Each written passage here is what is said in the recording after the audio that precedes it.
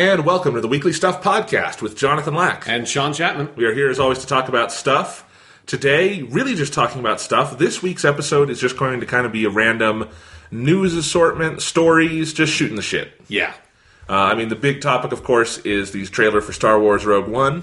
Yes. Which, spoiler alert, it was great. Yeah, really good trailer. And so that'll be just kind of our main hook for the episode, but we have lots of other little things to talk about. And then next week on the show, Sean and I will both... Sean is kind of going to be out of town. Yep, I'm going to be in New York. Seeing Phantom of the Opera? Yeah, of course. I love musicals. I love all musicals so much, particularly musicals based off of cool, like, horror short stories and movies that I really enjoy. This is an in-joke if you've been listening. That's a musical Sean does not like. No. Anyway, we're going to talk... So Sean's going to be in New York. I am going to be here, but doing some other stuff, so it's just going to be a busy weekend. So we're banking two today, and on next week's show, we're going to do our long-awaited Uncharted retrospective. Yeah. Because Uncharted 4 is coming up, and we want to go back and look through the trilogy, why these games are so great, why they matter so much, what we love about them, and what we're looking for in the new one. Yeah, I'm really excited for that discussion, because we both very recently played through all of them, and we've been kind of poking at it in the podcast, but I really want to get in there and absolutely rip it apart. If any games deserve it, those do. Yeah, definitely. So we're going to do all that, but today is just going to be some random stuff. And Sean, can I start with a rant? Go ahead. Okay, I have to start with a rant because last week on the show, you told a very entertaining story about buying a new TV. Yes, has, so far, the TV has been working really good. There was one scare I had one day where it was all the settings seemed to have magically reverted back, but then but what actually happened was somehow the TV got switched to a user 2 setting, and so I had to put it back to user 1. That's bizarre. That was all. And then also because I tried to play a couple of games on it and realized, oh yeah, modern TVs have a huge amount of latency, which you have to go in and find a game mode buried deep into the menus to find a mode on the TV that will cut the latency down. I did not know that. Yeah. Shit. Some TVs you need to do that for. So some don't have a big problem with it, but most modern TVs do. That's so weird. Yeah, I don't really know what happens for everything else. If there is some sort of weird negative effect on watching movies, if the latency is really low for the screen, I have no idea. But just put your TVs on game mode, people. It's fine. Okay. Well, anyway, inspired by that, I wound up making 3 technology purchases this weekend. And by this weekend, I mean Saturday and Sunday. We're recording this on a Sunday, just in 2 days. Made 3 technology purchases and have to return all of them. Oh, okay. This was my weekend. Give me a second, Jonathan. I need to strap in. I need to get ready because you did not tell me the details of the rant beforehand. No. I had no idea. Now I have an understanding of the scale of what this is going to be. So go ahead. This sucked so bad. So first, I finally was like, I've been wanting to get a new TV for a while. I've been kind of not wanting to do it, because I really like my TV. It's just a little too small, and it's getting old.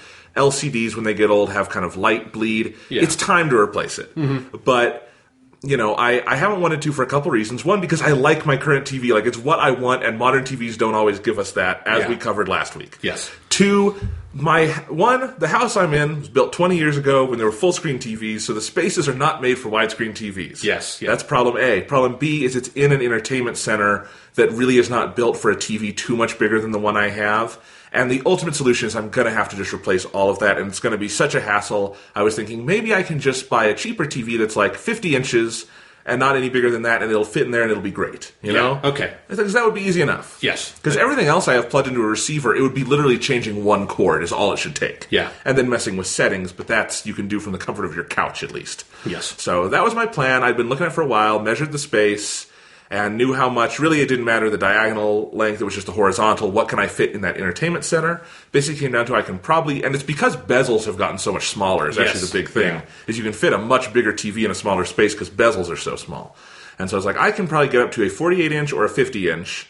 And my first stop was, and I'd gone there a couple times to scout out, and I finally went to Best Buy yesterday with the intent of I'm going to buy a new TV. Okay. They sell TVs there? I left Best Buy not buying a TV because I hated everything they had. Sure, yeah. The closest I came to one I would want was they had a Samsung 48-inch smart TV. I didn't want the smart part, but that was there. But like I told you last week's podcast, it's basically impossible to find something that's not a smart TV. Right. And So I was like, oh, maybe, and it was $450, which was, it was kind of a little outside my price range, but okay. It's a good price. But, like, it had just certain things that were annoying about it, like, it really was going all in on the clear motion and bullshit, and had, like, 3 different versions of it that I would have to figure out. Yeah. And it only had 2 HDMI ports. All the Samsung TVs only have 2 HDMI ports. Don't know why, but that's what they have. That's like 3 is the bare minimum for a TV. I feel like it should be, yeah. So I finally, I just got fed up at Best Buy. All they had were TVs that in one way or another rubbed me the wrong way. And I was like, I'm going to sleep on it, whatever. And then I wound up going over to Target, which I never go to a Target. But once I got there, I realized, oh, right, I've bought my last 3 TVs at a Target. And why is that? Target is unexpectedly, they sell the right TVs. They sell good TVs at Target. This is something because they don't sell they do sell you can get a Samsung and shit, but they also sell some of the brands that I like that are slightly off-brand but don't give you the bullshit. Yeah. So my favorite TV manufacturer, my little TV I had in my dorm and my big one at my house right now are Westinghouse's. Those are really good because they don't have the bullshit. You got your 60 fucking hertz, or 120. Either way, it's not too bullshit. They don't have stupid showroom settings. They're good TVs. Now, unfortunately, the Westinghouse they had there was only a 50-inch, and I needed it slightly, so it was just slightly too big for my space, and I was really sad, because it was like a great price. It was it had no bullshit. No smart TV. It was 60 hertz. It was everything I wanted. Damn. And I couldn't, it just would be a little, the bezel was slightly too big. But right above it was a Vizio, and everyone on the internet says Vizios are really good. Yeah. And I was like, well, this Vizio is 48 inches. It's exactly the right space for what I have, or size for my space. It actually has some features like image-wise that are good, like it's an LED with multiple color spaces, so it just stops light bleed. Like it's kind of a bullshit marketing thing, but less so than, clear motion 420. Yeah, clear motion, super resolution, all the weird, trademarked phrases they put on the little thing on the TV. It was a smart TV, but it wasn't like it was more expensive for it. And I don't mind the smart TV thing as long as it doesn't jack up the price, because you can ignore it and maybe it could come in handy, you know? So as long as it doesn't fuck with the price or the machine itself, I was like, you know what? I think this is what I've been looking for. This could work. This is 48 inches up from 40. That's a pretty big gain, actually. And, I think this could work. It was cheap. It was like $350. I'm like, I'm going to do this. So I bought my TV, got it home, and the motherfuckers who made this TV, Sean. Yeah? Where do TV stands go? I mean, on the bottom of the TV. In the middle, right? Oh, well, in the middle, yes. They go in the middle. Yes, they go in the middle. Yeah, is it fair for me at the bottom? Is it fair for me to assume that a TV with a stand, the stand would be in the middle of the TV? Yes, that's where I would put a stand. Unless it's super big. I get if it's 100 inches, might be different. They've clearly the size of it would be that you would need to have it on the edge, but a 48-inch TV, that is not the case. No. This Vizio, the stand was these 2 little fucking prong things on the furthest edges of the TV, and the way my entertainment center is, part of the TV would have to be over the edge, which is theoretically fine if the stand is in the middle. But you know what happens when one of the legs is on the end? There's nowhere for it to go. That's when you get a bunch of Legos or something and build a giant Lego tower at the edge of your entertainment system for it to rest on. And I tried with my PS4 box. That was the best I had. And my Xbox One box, no. And I don't have any Legos, so... And there were a couple other issues with it space-wise. My main measurement was correct, but there were some other things. And so, no. Fuck. So I have to return this thing. Yeah. I already have. But getting it back in the box was a goddamn nightmare. And I've been really careful taking it out because I just knew there's always a possibility. Yeah. You never want to be too cocky with a new technology purchase. Yeah. Still getting it back in the box. Fucking styrofoam. I don't know how you can take it off, put it right back on the same way, and it doesn't fit anymore. Fuck you, styrofoam. Yeah. Anyway. It's styrofoam. It's out to inhumanity. So that was technology fail number 1. Okay. That's unfortunate. Yeah. That sucks. And of course, the great thing about buying a TV is that, when you buy it, they'll wheel it out to the parking lot for you, and they'll be really nice. Yeah. Returning it, no, you have to get that thing in there yourself. Yeah. It's the worst part. And then I got it, oh god, and there was this whole thing just returning it, the woman couldn't figure out what thing to scan on the TV, and she had to call these people. It's like, I bought the TV an hour ago. The dude who sold it to me is right there. My receipt is, just give me my money back. Anyway, I literally didn't turn this thing on. I couldn't. Yeah. Anyway, so that was technology fail 1. Okay. Technology fail number 2, part of a larger headache, where the computer I record this podcast on is a MacBook Pro, Retina display, the current MacBook Pro. Yes. And I really like my Mac, for work, work in an office, and I had been using a PC that they'd given me there, and it was an old PC, and as old PCs go, they get really shitty at a certain point. Oh, yes. There's nothing like a PC from like 5+ years ago in terms of making you want to kill yourself. Yeah. Yeah, this was like, it had the Windows 7 badge on it. This thing was old. And it had finally... like the little pencil eraser nub thing in the middle. No, but keyboard. It might as well have. I don't even know, I could not tell you what possible resolution that thing was in. Yeah. It was widescreen, but probably not 720p, so I don't know how you do less than that at widescreen. Yeah. But anyway, piece of shit. A couple weeks ago, it just completely went patooey, like PCs sometimes go. Yes. And so I had started bringing my Mac to work because that's, had to use something, and they didn't have a computer ready for me. And so part of that is, although my Mac has great battery life, no computer has the battery life to make it through like a 9-hour workday. No, yeah, that's ridiculous. So, my Mac can, if I'm doing light things, but sometimes I have to do more intensive things, and anyway. So I often have to bring my power supply with me. Right. And sometimes I forget it at the office because it's down, with all my other cables, and I'm running, my job involves me going to a lot of different places. So anyway, this weekend I left the office and I'd forgotten it. Always have 2 power supplies. That is how I live my life. Well, and this computer is still relatively new, so I hadn't bought a second power supply for it yet. And so Saturday, I realized, oh shit, Sean and I are going to do the podcast. My computer's at 25% battery. I can't do it on 25% battery. No, yeah, that would be very difficult. We could record a short podcast. We could not do one of our trademark 2 to 3 hour ones. Yeah. And that would just be sad. That thing could not withstand the Batman v Superman podcast. No, it could not. So I was like, all right, well, I do need a second power supply. I didn't want to buy that this weekend, but let's just do it. You have to have 2 power supplies. Yeah. So it's just frugal. And, the worst thing about Apple computers, I don't get too up in arms about the price of Macs because whatever you like, but think about Mac OS, the computers are really nice, and I think you mostly get what you pay for. But the one thing that is bullshit about buying a Mac is if you want a second power supply, they're $80. Yeah, and that's a lot. Because it's all proprietary, nobody else can really make them. No, so that's a little annoying. And it's proprietary, and at this point, they have a bunch of different ones. So I thought I had done my research. I went to Best Buy, again, fucking plopped down my $80 and bought one, and I looked at the power supply, and it said 60 watt, and it said for a MacBook Pro. And I'm like, okay, my Mac is literally, it says on the computer, MacBook Pro. Yes. This'll work, right? I mean, the danger here is that Apple has a tendency, all they do is they just name every single one of their products the same thing. Yeah. It's just it's the iPhone, 5... It said it's the MacBook Pro. Well, it said for 13-inch MacBook Pro and the new 12-inch MacBook, which is that shitty little one they have. Right. And I'm like, well, that's a modern device. This is the 13-inch MacBook Pro. This must be the one that works, right? And it was this on the shelf and the bigger one for bigger laptops. So I'm like, this must be it. Yeah. It looked a little different than the one I had, but it looked like it would fit. Maybe it was just the one you don't get in the box is slightly different. That happens sometimes. Yeah. So I'm like, okay.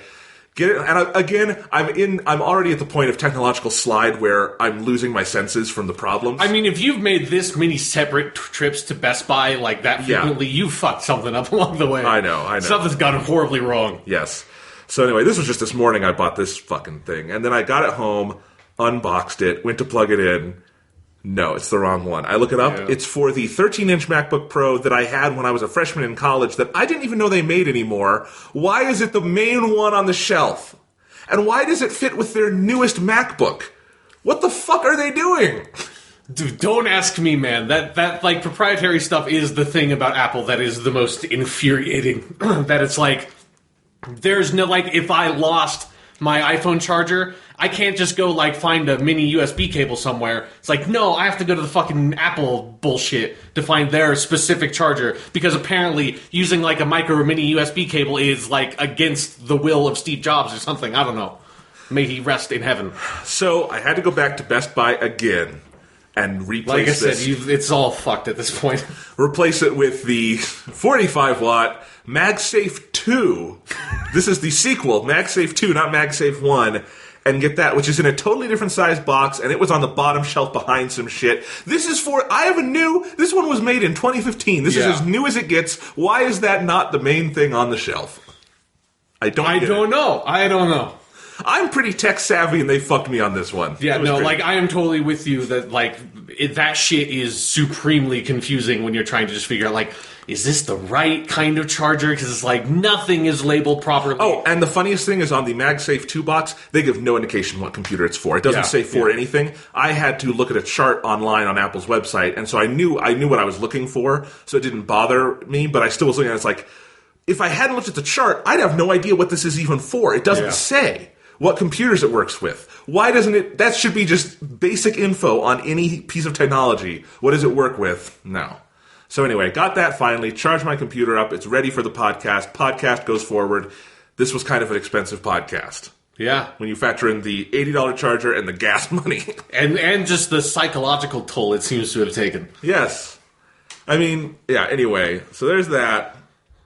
On my now third trip to Best Buy this weekend, when I was exchanging the MagSafe, I decided to make one other technology purchase. Because you're in for a penny, in for a pound. Like, I'm just digging this hole all the way to China. Here's the thing. So my mom is someone who is slow to embrace certain things about technology. Sure. But many older people are. But I've been trying to get her to use streaming media like Netflix and shit. Because it's 2016. Deal with it. There's plenty, and honestly, if you want to keep on the curve of things you want to watch, and there's tons of stuff she wants to watch, you just can't get on DirecTV or whatever. Right. You know? So it's like, I had been lending her my Apple TV, which I use for some of that stuff, but I kind of need it sometimes, and I can't just have her having it all the time. So I thought, okay, for Mom, I'm going to do something nice. I'm going to buy her a Roku, which is that device. Yeah, it's the thing that makes smart TVs completely obsolete and pointless. Absolutely. And, basically my inspiration for this is her brother, my Uncle Ron, who is much older than her. He's in his 70s. That dude uses a Roku. He got rid of his cable because he loved his Roku. If he can figure it out, so can she. Yeah, good on you, Ron. That's fucking badass. He's a 70-year-old pastor. Yeah. If he can figure it out, so can my mom. So I'm like, I'm going to buy a Roku. They have these new things that I think are really good for people who don't want to invest in like a console or something. These streaming sticks where you just plug it into your HDMI port and you're done. I thought that'll be perfect for my mom because then all she has to do is use the remote and there's nothing else for her to deal with. This will be perfect. Yes. And if you have to troubleshoot, it's like a button on the back and it resets. I'm like, this will be perfect. It's $40. That'll be good. Yeah. So I bought, at the same time, I'm like, I'm already here again. I've been thinking about doing this. Why not just do this while I'm here? There's no way that's going to fail, right? I would normally say yes, but the tenor of this conversation. But my assumption made sense at the time, right? I'm not crazy. I'm not. No, I am not condemning you in the slightest. Bought the fucking Roku stick, brought it home with my new MagSafe, got that set up so my computer's charging. I'm like, great. Go up, and I'm going to help my mom set this Roku stick up. So I put it in the back of her TV, get it all set up. You just have to do a quick little thing to get the power running to it, nice and easy.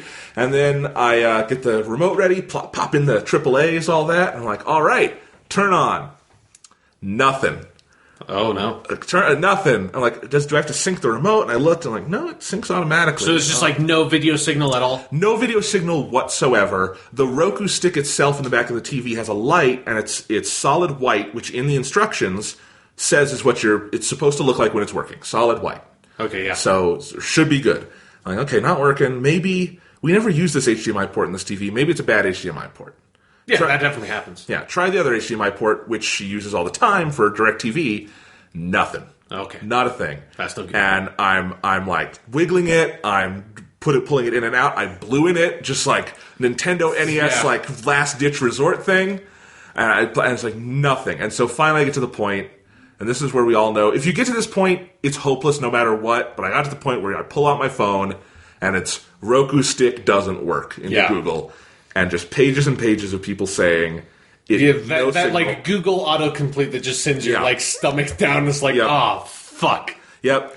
Apparently, this device should be recalled by the federal government.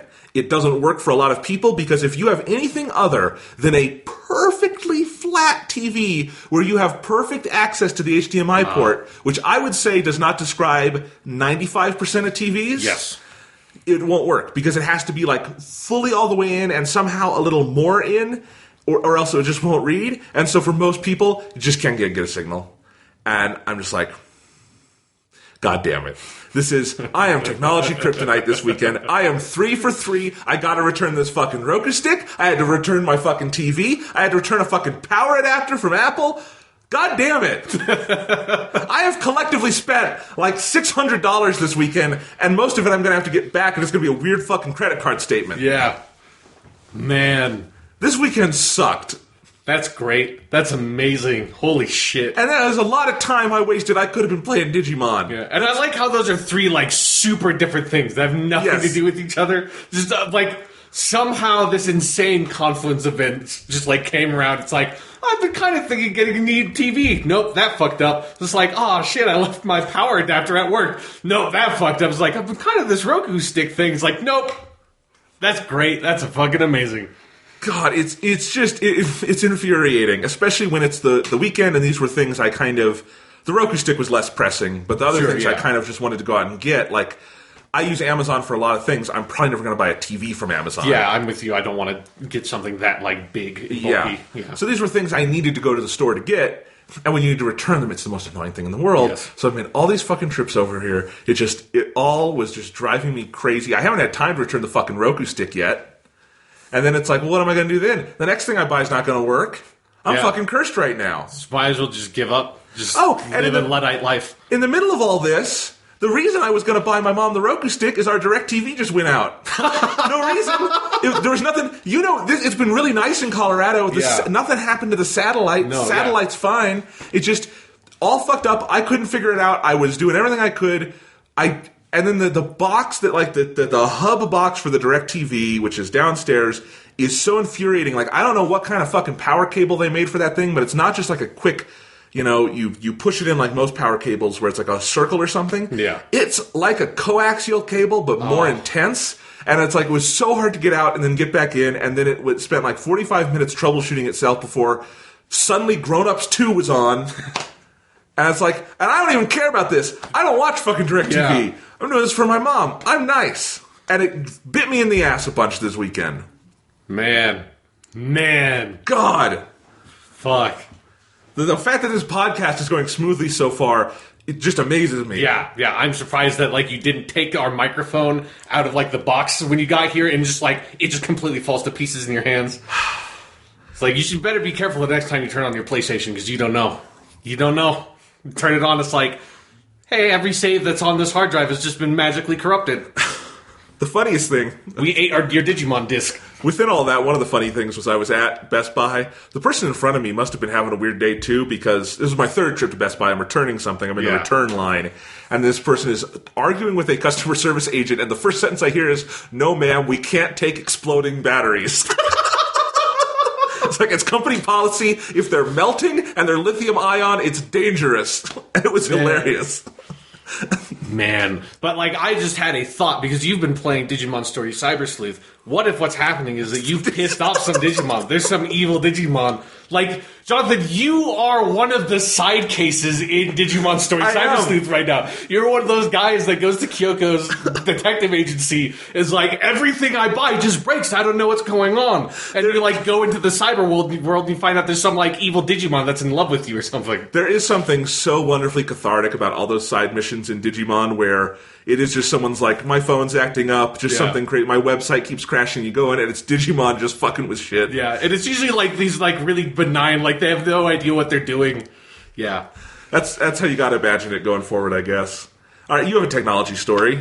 Okay, yeah. So this has like luckily turned out really well, but it made me kind of nervous. Was people probably are somewhat aware because it's been going around a lot, is like, what was it, like a year ago now that Windows first came out with Windows 10? Mm-hmm. And when they came out with it, they came out with the policy of, hey, free upgrade for everyone. It's like, you just like, if you like bought like a Windows PC like somewhere in like this enormous time period, like we're just like pushing this update that's like you can just download it for free. And that's been, and if you are someone who has a PC with that capability, that has just been sitting in your like taskbar at the bottom right for like a year. Oh, like I was talking about my shitty work PC that's Windows 7. Yeah. It was trying to do it for that too. I'm like, no way. It would break this PC. There's no way this could run Windows 10. And like, I just didn't want to do it because, I mean, my general policy with like computer stuff is don't use a new OS that's like until it's like a year old. Because like, if the OS stuff gets fucked for you, like that is the worst. That is something you really don't want to have to deal with. So I was just like, I'm not going to do it. Just stop. It was like, normally it was fine, but it would be like every once in a while a little pop-up would show up and be like, hey, you can download Windows 10, buddy. And it's like, go away. It's fine. It's fine. I'm fine with Windows 8. There's literally nothing in Windows 10 that is better. That's like, I'm going to be like, hey, because like when I got Windows, like my laptop that has Windows 8 on it, it was like, this is basically just Windows 7 with like this weird other whole interface that you don't have to deal with, that I never deal with. That's like, I've basically been using Windows 7 for like 8 years or whatever now. And Windows 10, now that I have it, which is where the story is going, is basically the exact same thing. It is just Windows 7. The icons on your taskbar are a little bit smaller, and that's taken me a little bit longer to get used to. But, like, it's just Windows 7 with, like, some things you go into the options and turn off, and a weird other little menu that you never go to. And that's all it is.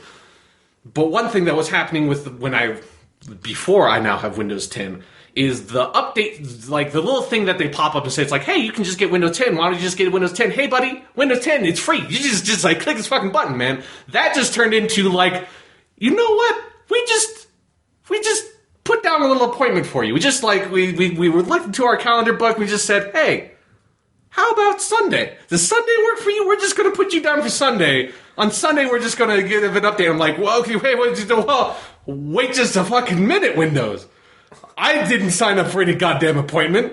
This isn't something I said I was going to do. What do you mean? What do you mean you suddenly just decided you're going to update my PC to Windows 10 on Sunday? I was like, it's just like, was this thing, and I could have completely backed out of it, but when it got to that point of where, like, if I had not seen that message, my PC would have just fucking updated, and like, it would have just disappeared, and there have been stories about this where people have been following it, that this has been getting pushed to people's Windows PCs in sort of like waves. And so like at GDC recently, and I think, yeah, basically at GDC, there were a lot of stories of these different like game developer people who were giving like press conferences and stuff there, that all of a sudden, right before the press conferences, like their PC is just suddenly updating to Windows 10.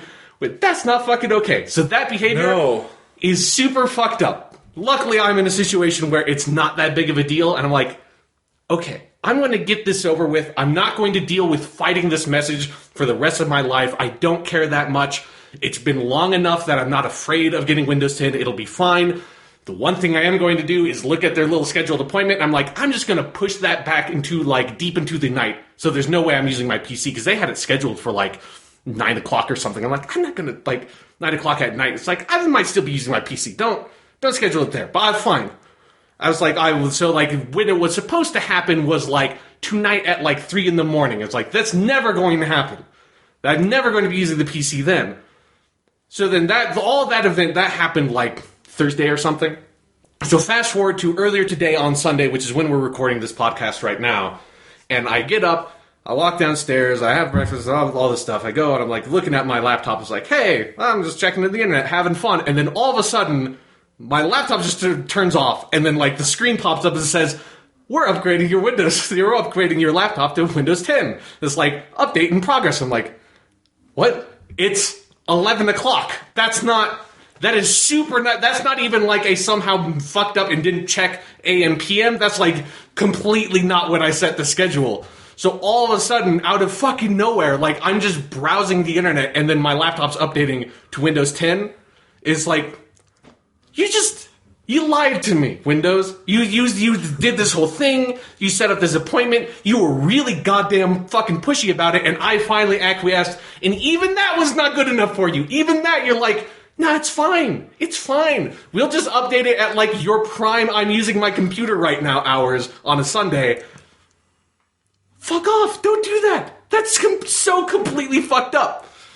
But it took like an hour, and that was pretty annoying because, again, like it was the main thing I like to do at lunch is to will watch a YouTube video while I eat lunch. That's like a thing I've been doing for years now. It's really frustrating when that just gets. I'm like, well, now I need to figure out something I'd like.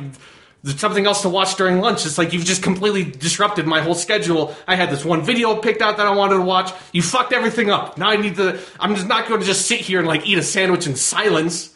Like, what is that? So fuck you, Windows, for doing that to me. And then the weirdest part is, and some people might have seen screenshots floating around because it's very strange, is that once the whole update process finishes and your computer restarts into Windows 10, like Windows 10 uses kind of like what the Xbox One uses for its UI stuff. It uses natural language stuff, so it's not like we are updating. It's like, hey, man, we've decided to start updating your thing now. It's like, hey, just please wait one moment. Like, we're getting this ready. It's like... I hate all that. It's super conversational. It's like, hey, welcome. Like, what's up? It's like that kind of stuff. And instead of it just being very technical, which I prefer the technical UI kind of language. I don't want my Xbox to be friendly to me. I want my computer or whatever. I want the technology I use to feel like it is treating me like I am their master, right? Yes. Like, there's no friendliness. There's nothing personable about it. I'm just giving you orders and you are following it, you dumb machine. I want that in my life. I need that in my life, and so I don't want my laptop to pretend like it's my friend. But the weirdest thing that happens with that stuff is that once the laptop reboots into Windows 10 for the first time, it says, like, it comes up and it says, we have updated your PC. And it's just in, like, big white text in the middle of the screen. It just says flat out, we have updated your PC, period. And it's like, and people have posted, I've seen a bunch of screenshots on Twitter for months now as this has been happening to people. People think, like, this is kind of like, this feels really intimidating. It just feels like something of like, you don't know if that's just the normal process or if, like, while you were updating your OS, a hacker hacked into your fucking PC and, like, put that, it's like, we have updated your PC. We have assumed control and that kind of stuff. And so I thought it was like, oh, yeah, I've seen this on Twitter. That's kind of funny. And it's like, it is actually really creepy what happens to you. The creepiest part, though, is that stays on screen for like 5 fucking minutes. And then it switches to another screen that says, like, we are organizing your files.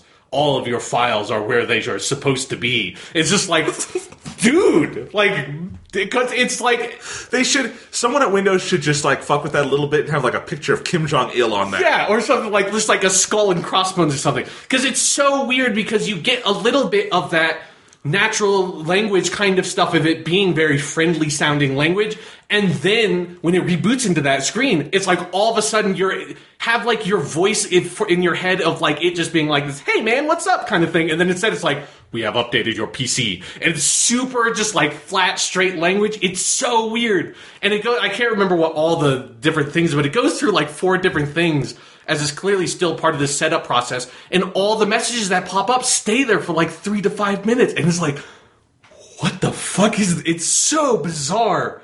It's funny because when I was using a Windows PC last year and Windows 10 came out, I was not planning on upgrading. Yeah. But it did the same thing to me where it was like, we've scheduled this for you, is that okay? Yeah. And I'm like, well, not yet. And so I said no. And then like a week out, I was like, well, there haven't been any problems, so...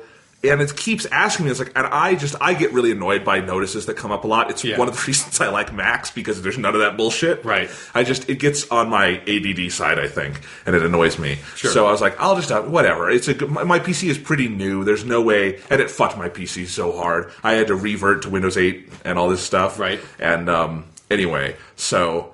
Yeah, it's the insistent side of it, though. Like, it's so funny because, like, you know, Macs and iPhones have their yearly updates, but at least you can choose every step of the way. They never do, like, do you want to schedule your... No, they'll let you know it's here, maybe, usually by email, not by, you know... Yeah. And then it's go on. But anyway, so... Yeah, continue. but it's kind of just sort of, like, unprecedented all around. Like, I've never seen something like this happen where it's just, like it just is constantly just like, hey... You want to upgrade? Do you want to, like, hey, it's just free, man. Why wouldn't you? It's free. Just upgrade to Windows 10, man. What's up?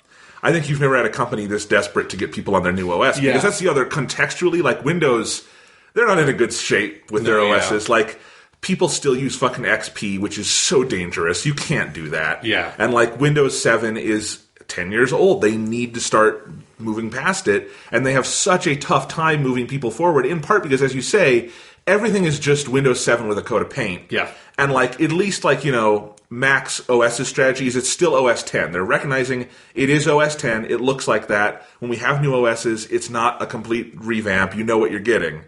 And Windows is trying to sell, you know, 8 is the new thing. You had to pay for it. Now with 10, they had to go free, but it's still trying to convince people, and they're in pretty dire straits with that. So it's a really fascinating phenomenon. Yeah, it's weird. Yeah, so to finish up my story, when I finally had Windows 10 all downloaded and my computer stopped threatening me, like, very, like, passive-aggressively with its language, like, I was just, like, went in, I was like, okay, I just went to the settings. I turned off like the Cortana bar at the bottom left because I don't have a microphone on my fucking laptop, and I'm never going to use like their Cortana Siri thing.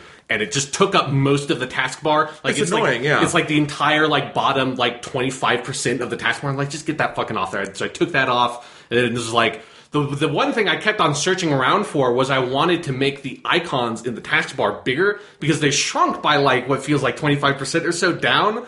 And I found like, and there's no way to make them bigger. You can make them smaller. It was just like, I just wanted to be like what it was. You lied. Like they said, like everything would be fine. Everything would be the same, only better. But it's not, because it's the same, only like the one thing I actually use my fucking OS for is basically just clicking icons on the taskbar. I don't use my computer for anything other than like loading up Microsoft Word and like Google Chrome and iTunes. Like that's about as intense as it generally gets. It's just a fucking laptop. So I want my buttons on my taskbar to be a little bit bigger. Can't do that, though. It's annoying, and the first week at least, I looked everywhere to try to get rid of that Cortana bar, and I don't think that option was there at the start. I wouldn't be surprised if that was something they put in later. It was a little buried a little bit deep, too. Because actually, that is one of the things I will say as a criticism for Windows 10 is that, and it was the same thing for Windows 8, is that because the good part of the OS that you use all the time is just Windows 7, and all the rest of it feels like it's basically tacked onto a slightly improved Windows 7. They have, like with Windows 8 and now Windows 10, they have like two different settings areas. That's like, one is just it's like the exact same control panel that has been there since like Windows XP. And then the other part is like this weird, like you have to go into like this, like the special super like only Windows 10 menu things to find like the settings that's like those settings. It's like that's really bizarre that they don't integrate those things. But it's nice because it means like, hey, Windows XP and like 7, those are two pretty fucking good Windows OSs. They're totally fine for anyone's normal purposes. So all the new stuff is just like off in its own weird like OS ghetto that you'd never have to go to, which is good and bad. It's very strange and how insistent it was. It's like, it's the exact same fucking thing. It's no different. I really would love if someone as smart as, say, like Phil Spencer on the Xbox side could get in charge of Windows, because Windows needs someone to just kick it in the ass and be like, let's just get this working in a way that is clear and not confusing and weird. Yeah, it's very strange. The one other setting that this was really weird is that my, like, the touchpad all of a sudden was, like, inverted, or I don't know how you define what is inverted, non-inverted, but I like the touchpad on my laptop to be, if you're doing the scrolling, to be if you're like scroll it towards you for it to go down and scroll away from you for it to go up. So like on a Mac, the default? Yeah, I don't know how it is default on Mac. That's just how and I don't remember what it was default. So is it reverse of a mouse is what you're saying? Kind of. No, because if you scroll towards you on a mouse, it scrolls down on the screen, on like the mouse wheel, right?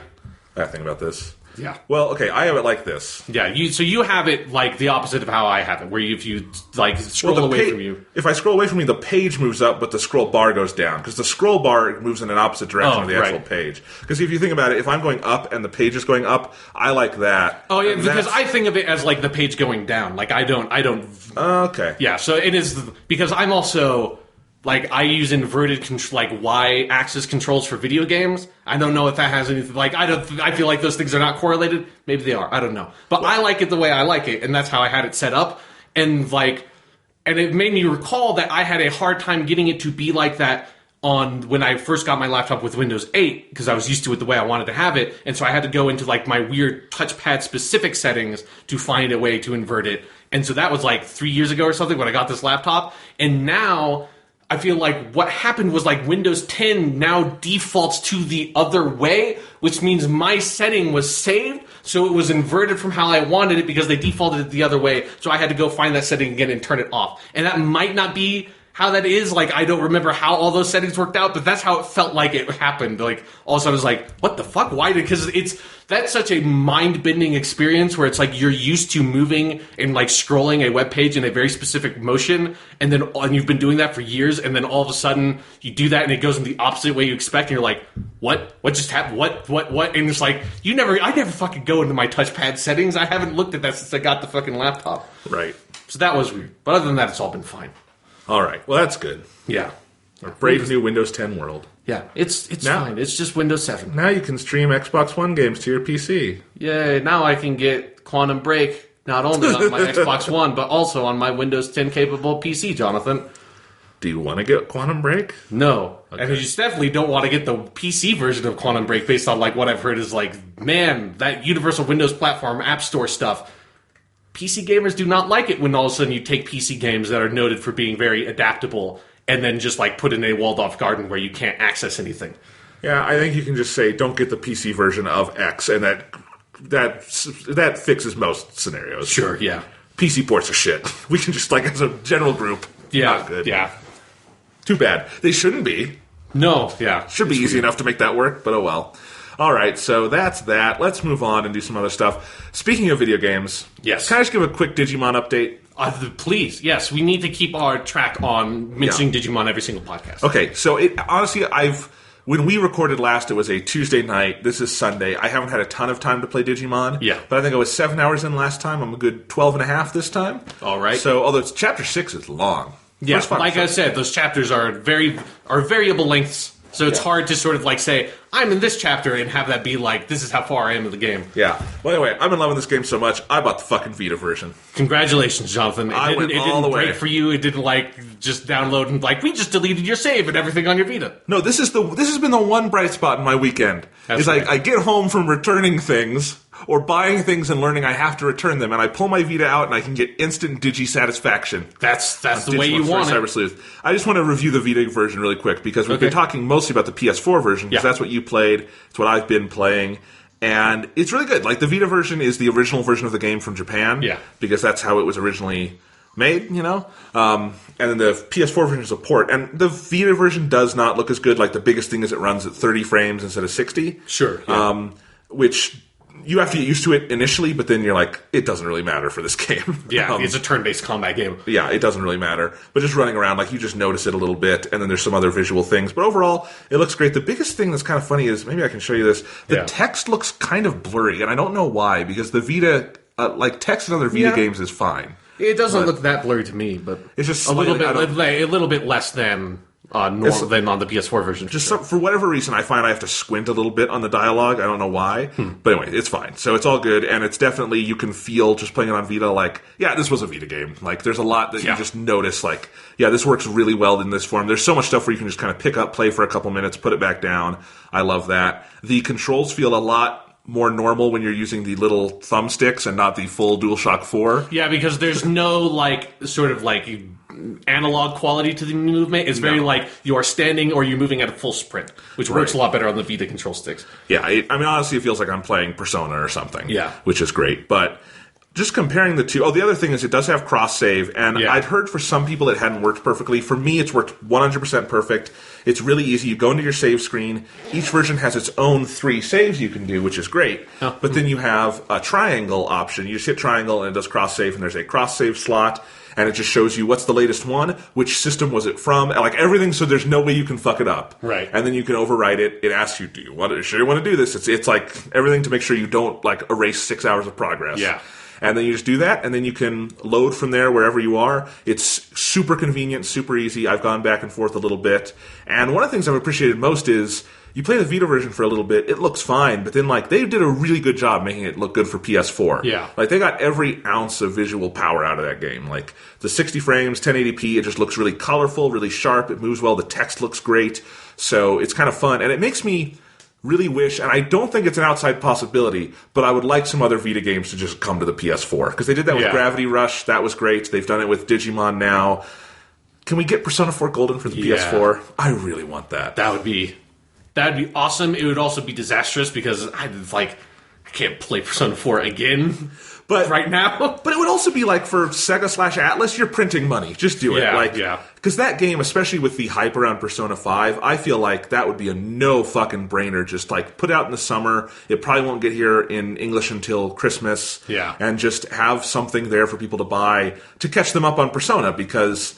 You know, you can't easily do that with Persona 3, of course, because there's no version that is that new. Yeah. But with 4, you could get that out, and I think, you know, the Vita is not that high-selling a console. The PS4 definitely is. Yeah. You could open it up to a much bigger audience, and I think it'd be good promotion for Persona 5. So, really, I hope they do that, and maybe they could patch cross-save in. That'd be cool. Yeah, that'd be really cool. Yeah, because I love the Vita cross-save stuff. There's not enough games that use it, but when you do have, and you can just go back and forth, it's awesome. It's just like, I can take Digimon with me to the office and play when no one's looking. Haven't tried that yet, but I'm going to. Great. I'm glad you have said that on record in like the format that will just be on the internet forever. I don't. People in my office don't know what podcasts are. Unless they randomly find out. I'm just saying, if I was doing something like that, I wouldn't say it. I would never say it out loud ever. Under no circumstances. I don't care that much. Digimon... You're like fucking Richard Nixon, man. Like, you're just recording everything you're saying, and it's like, no one's ever going to find out. This is fine. I'm the president. It's all okay. Yes. Anyway, Digimon's really good. I'm getting deeper into the story. Love all the story stuff. And I love the pace of the game where it goes between, story stuff that takes more of your attention and it's fun to just, sit down with it and play. And then also the stuff where I can just turn on a podcast and do a bunch of random side cases. Yeah. Or, do some of the little Mire's quests where you go and find things for random Digimon. Which all the little medals. They're really just little stupid fetch quests, but because of the whole Digimon aspect, it's really charming and fun. Yeah. And then the hours you spend in the Digilab just getting your Digimon ready. I have gotten to my second Digifarm. I love that whole Digifarm system. Yeah, it's this really great nice thing where the clock is moving in the background, and you get to go work with that. It's just you're leveling up so much all the time. It's just... There's so many, like I said, I'm thinking the last time I talked about my experience with it, is I'm pretty fucking sure I have leveled up more in Digimon Story than in all other games I've played combined, just with all my other Digimon. It's crazy. It feels so good. I mean, at this point, I have both of my Digifarms are full, and I have a party of 9 Digimon. Yeah. So that's 29 that I am actively leveling up, and I could do, if I wanted to put in the effort, I could do more, Yeah. It's nuts, and I've already got so many Digimon. This is a game where you look at the screen, there's about 250 Digimon to get. That seems daunting, and I'm like, no, I can get all the Digimon. Yeah. It's going to take some work, but... For God's sakes, by the time you get to the end of the game, if you needed to, with setting up all your Digifarm stuff and your party, you could be simultaneously leveling up 61 Digimon. Because there's 5 different, farm modules, and there's 11 that you can have in your party. 61! You can be leveling up 61 Digimon at the same time in that game if you need to. And so, my normal instincts are oh man, if I leave this... there's no room in my farm. If I leave this Digimon out, he won't level. I'm wait, I can level him up super fast if I need to later. Yeah. It's okay if he can't level right now. He'll leave in my Digibank, and I'll just come back for him. It's all good. And all the Digimon are so charming. They have so much, character to them.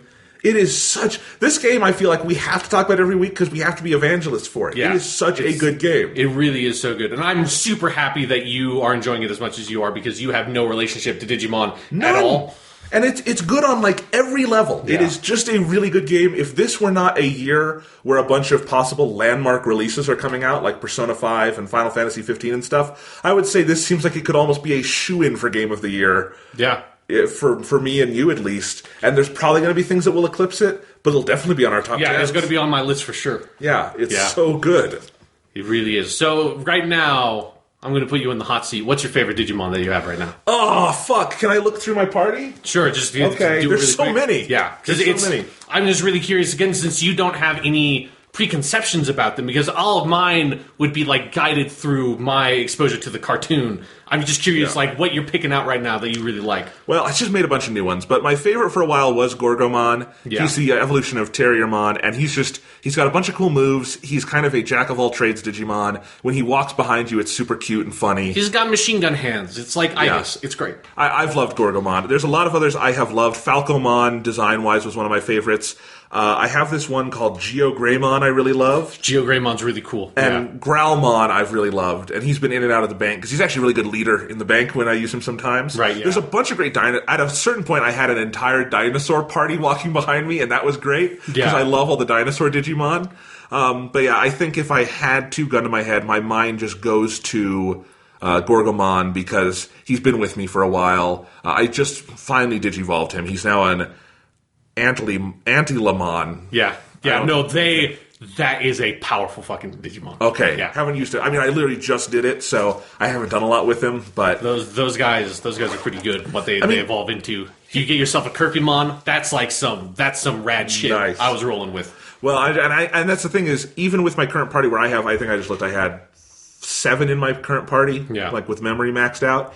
And I still have a bunch in the bank that I wish I could bring with me because they're so cool. There's so many I want to use that even though they let you use a ludicrous, irresponsible amount, I want to use more. Yeah. This is very different than Pokemon. Yeah, it's great. I will never be able to play a Pokemon game again. It's over. Right? Yeah, it's just like, it really does. It just shows you all the potential that has gone untapped for the Pokemon franchise for so long. That if you just blow this shit out, it is amazing. Yes. It's like you had fucking, just like that you have 3 of your Digimon in the, like, that can fight at the same time. And then, like, you can have 11 in your party. Like, that's just...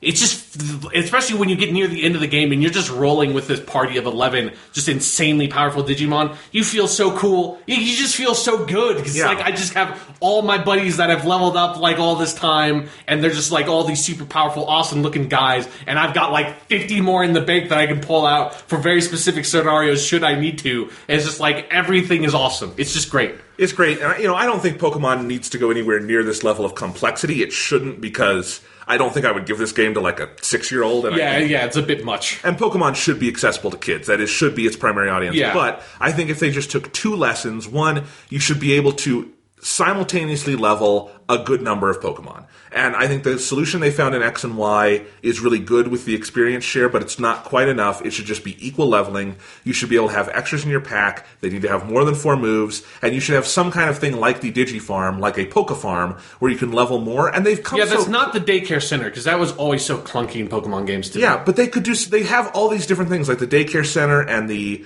hidden caves and all this other stuff that you could just put it all together at some point, and it would feel very...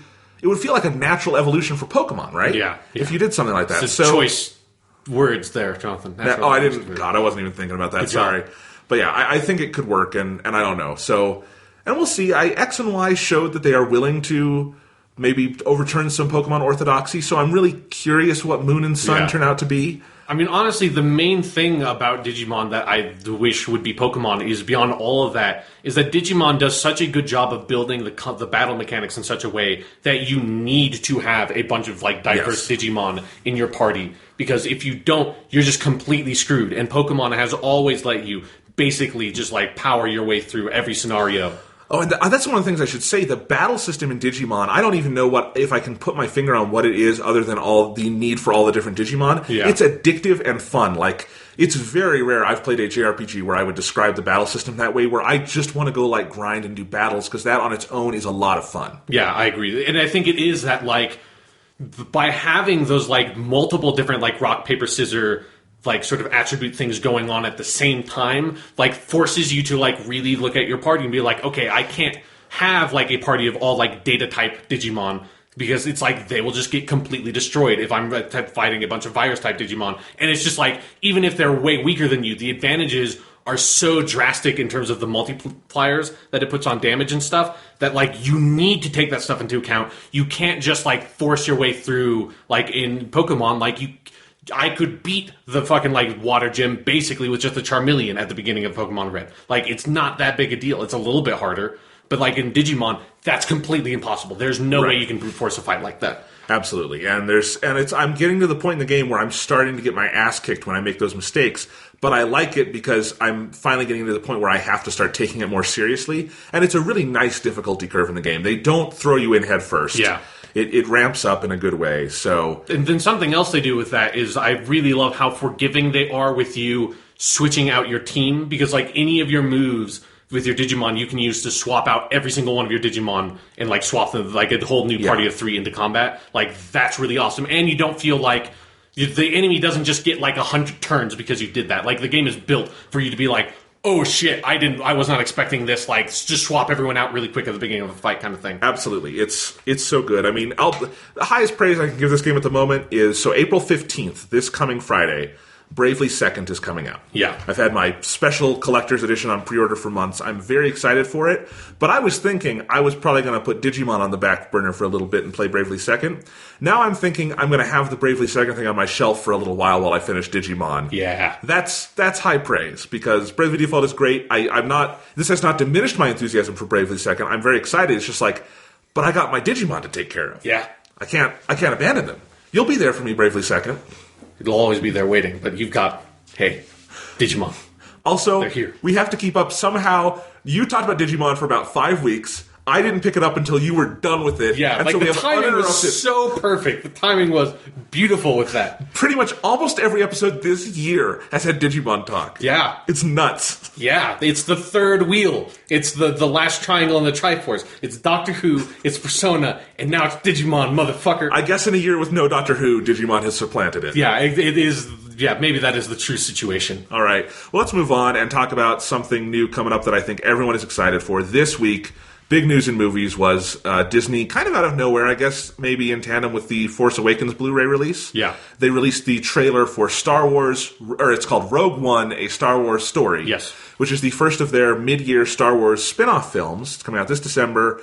And it's directed by Gareth Edwards, who directed the fantastic Godzilla movie from a couple of years ago. Written by Gary Whitta, who is a really good sci-fi writer, and Chris Weitz, who is a really good drama writer. So lots of great stuff going on behind the scenes. So I was already excited. Like the story is about getting the plans for the Death Star. That on its own did not excite me, but frankly, a lot of the new Star Wars stories don't excite me. It's the filmmakers behind them, and I think that's what made Force Awakens great, and I think it's why I was excited for this. But even then, that trailer blew me the fuck away. Yeah, it's a really, really good trailer, because I think it hits a much better sort of medium that I've because we criticized the Force Awakens trailers a lot for just withholding so much that it felt like it was just appealing to the fans and not trying to actually make a statement for the movie. Whereas this, it's it's not giving the whole movie away, far from that, but it is just giving you a really good idea of the setup for the movie, basically, and some intriguing directions that it looks like the movie's going down. I think it's saying, why do you want to see a movie about the Death Star plans? This is why. Yeah. Look, I mean, that trailer, the number one thing I have to say about it is visually, holy crap. There are some shots in that trailer that are among the best blockbuster movie shots I've ever seen, and it's a 2-minute trailer. Yeah. And I think, we should have expected that. Gareth Edwards' Godzilla is, if nothing else, one of the most visually ravishing blockbusters I've ever seen. Yeah, and if you want to talk about, really visually involving trailers like that Godzilla Halo Jump trailer, is that's still, one of the best-looking trailers ever made. Yeah, and this one, the way Gareth Edwards is playing with Star Wars iconography is so fascinating to me. Yeah. There are two particular shots. The one at the end where Jyn Erso is turning to the camera, she's in Empire garb, and the lights go on behind her. Masterpiece shot. Yeah. And then the best one, though, is you have a Star Destroyer coming up in the right-hand side of the frame. It looks like a Star Wars wipe is going on behind it, like a typical Akira Kurosawa wipe, but it's the shadow on the Death Star as the Death Ray screen goes in the disc. It's breathtaking, and that is just, in terms of playing with visual iconography, brilliant shot. Yeah. And there's some others, when the rebels are running under the AT-AT walkers, and we've never really seen the AT walkers from that perspective. Yeah, it's one of those shots that reminds you, oh yeah, this is a dude who shot Godzilla, he knows how to give, scale to CGI creations in film in a way that, almost no other director has really managed to capture. Yeah. So, just on that visual level, it just, and just the sense of passion in this trailer, which was, I think, true in the Force Awakens trailers and definitely in the movie, but I'm really liking the Star Wars era we're in now, where basically it feels like Disney is using their powers for good, because, yes, technically they're milking Star Wars for all it's worth. Yeah. But what they're doing in that is giving a bunch of different filmmakers room to play in this sandbox, and I think you can tell just from this trailer, this director, Gareth Edwards, he is playing in this sandbox very hard and very creatively, and it's going to be a lot of fun. Yeah, no, I think I also really you get a brief glimpse at Donnie Yen's character in the movie, this blind Sith dude. It looks like training some stormtroopers. You just get a brief shots, and I had completely forgotten that he was cast, because they have put out a bunch of cast photos and stuff. And it's someone's oh shit, that's Donnie Yen. It's fucking yes, let's get a super badass martial artist in a Star Wars movie. That's something that needs to happen. Because last time they did that, we got Darth Maul's fight. Absolutely. I mean, for those who don't know, Donnie Yen is a Hong Kong martial arts star, most famous for the Ip Man franchise. Yeah, those are some really good movies. Yeah, so that's really cool that they did that. Yeah. Because they had some martial artists from the Indonesian films The Raid in Force Awakens, but they're not in the sequence much, and they don't do any fighting. And I think it's because that's the sequence where Harrison Ford broke his leg. Right. So that got cut. But anyway, this looks like you actually see him doing stuff in the trailer, so we know. Yeah. I mean, there's a lot of hand-to-hand. It looks very neat. Like, I mean, this is going to be the first Star Wars movie without lightsabers for the main characters. Yeah. So that alone, and you can tell. As far as we know. Disney is really coy with the lightsabers for some reason, so... Maybe, like, this is where we find out how Luke's lightsaber, like, it, like, cuts, like, into the future at the end, and the main character for this movie, like, finds Luke's lightsaber, like, chucks it somewhere else in space, and that will be, like, the connecting dots that every Star Wars story, they will end with, like, another step along Luke's lightsaber's path, just to satisfy my own personal curiosity. That could be great. I will also say they have not said what the third spin-off film is. I would love if they just did the story of getting Luke's lightsaber back. The Bespin cloud miners that find it, yeah. You could make a great movie out of it. Sure, I mean, you could make a great movie out of anything in the Star Wars universe. You just need to be good enough. Absolutely, and I think that's what this trailer is indicating, because it looks like it'll be a really interesting story about a corner of the war we never saw. Well, if you played the video games, you saw it twice. No, you've seen it. You have to ignore You fought it. You fought it twice, motherfucker. I took those goddamn Death Star plans. I put my boots on the ground in a Doom-like shooter. I know. I think it's so tough to talk about Star Wars because anything that can happen has happened in the expanded universe. Times. I'm sure there are probably books that have been written with that plot as well that I don't even know about. So anyway, but in the movies, kind of a corner we haven't seen with some characters who are in a different position than we've seen. Yeah. I say that too, like, the only character we really get a view on here is Felicity Jones, who's playing Jyn Erso. And she looks great. Like, for like what I assume is going to be the main character of the movie. Like, that was the part that never clicked, that I didn't have any... Because I feel like they never even really said who the main character was really going to be. She was the first bit of casting they announced, and she was kind of front and center, so we assumed she was the main character, but we never knew in what capacity. Yeah, so that was like the thing about the trailer that surprised me the most, is I was like, oh, okay. Like, I just didn't really know what they were going for, but it's like that character seems very interesting. Very interesting, and I love Felicity Jones. I've seen her in several things, and I think she's fantastic. You've seen her in something, too. She was in The Amazing Spider-Man 2. Yeah, exactly, yeah. She was Felicia Hardy. She could be a really good Felicia Hardy in a movie where they knew who Felicia Hardy was. They decided to actually use that character for a reason. Yeah, no, but she's really for good. For our plot of Amazing Spider-Man 2, god damn it, they should have made that movie. So I love that Star Wars is suddenly the franchise carrying the banner for female protagonists in blockbusters. Yeah. That's kind of cool. And, seems like she might have an interesting story here. There's already kind of one iconic dialogue moment in that trailer with the I Rebel that has become a thing. That'll be a t-shirt soon. And just, it looks fun. You get Mon Mothma, is that her name? Mon Mothma. Mon Mothma, okay. Yes, the rebel leader. Yes. She makes brief cameo appearances in the movies, but... Yes, and that actress, do you know the story with that actress? No. It's kind of cool. So, obviously, it's not the actress who played her in Return of the Jedi. Yeah, that would be very weird. Although she's a dead ringer, which is crazy. But that actress was hired by George Lucas to play Mon Mothma in Revenge of the Sith, but her scene got cut. So she has played her before, canonically, I guess. She's in a deleted scene, and they hired her back for this. That's really cool. That is pretty cool. That's just kind of That's the third Star Wars story, is the story of Mon Mothma, because she's actually pretty cool. But, obviously, nobody fucking knows about her, but she's cool. And I just again, talking about it visually, it's clear Gareth Edwards has so much love for this era of Star Wars. It's very much set in the world of A New Hope. And yet it doesn't look like a retread visually of what we saw in the George Lucas movies. Yeah. It looks like seeing it from a new perspective, and maybe with some of the technology we have today.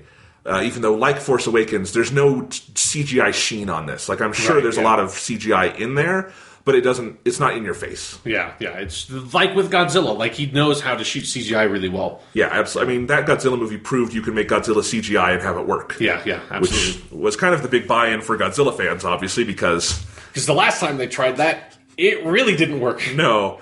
But, it made me want to, one, it makes me really excited to see Rogue One, but I need to go watch that Godzilla movie again now. Yeah, because not a perfect movie, but it's a really good, especially as a Hollywood summer blockbuster, it's a cut above the rest. Yeah, definitely. Or a couple cuts above the rest. And hey, man, any Godzilla movies, that's a good movie in my book.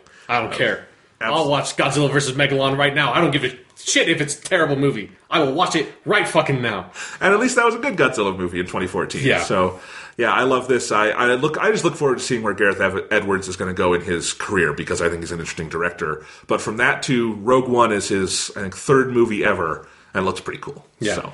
I also want to talk a little bit about their naming scheme, because I really like what they're doing with calling it Rogue One, a Star Wars story. Yeah. I think that's a smart way to identify the anthology movies and separate it from their core episode movies. And there's something that I like, that we can have something that, like, a Star Wars property or like a Star Wars piece of media that does not always have to be Star Wars : whatever. Like, it's just like Rogue One, and it's like, okay, Rogue One, a Star Wars story. I feel like that's a really elegant solution. It's really smart, and they behind the scenes, they went through a lot of permutations before they got to this. Yeah. But I mean, just when the logo comes up at the end, it's like it feels right. Yeah. And you can just call it Rogue One. It's going to sell no matter what. It's going to do great.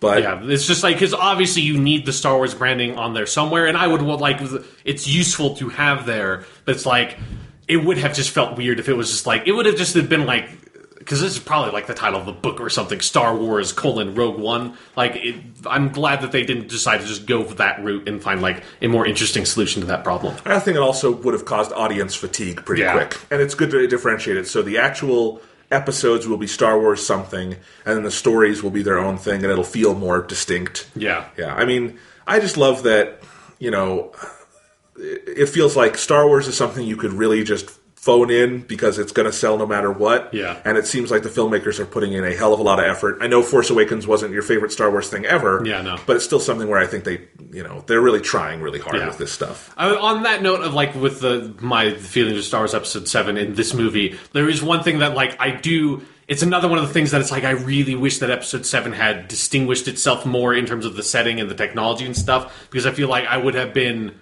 even more excited for Rogue One if this was like, we're going back to the original trilogy stuff instead of it being like, okay, we're seeing more like X-Wings and stuff and TIE Fighters. Like, I just like, God damn it, I wish that they had just decided to be a bit more ambitious with the technology side. Like, this movie still seems like it's going to be a really good movie, and that doesn't impact that. But I get what you mean, and I will say, like, within all of this also, Episode 8 is shooting, and I think we're hearing really exciting things about that. Everything I've heard is that Rian Johnson's script for Episode 8 is bonkers, and if you weren't satisfied with Episode 7 taking enough risks, that will not be the case with Episode 8.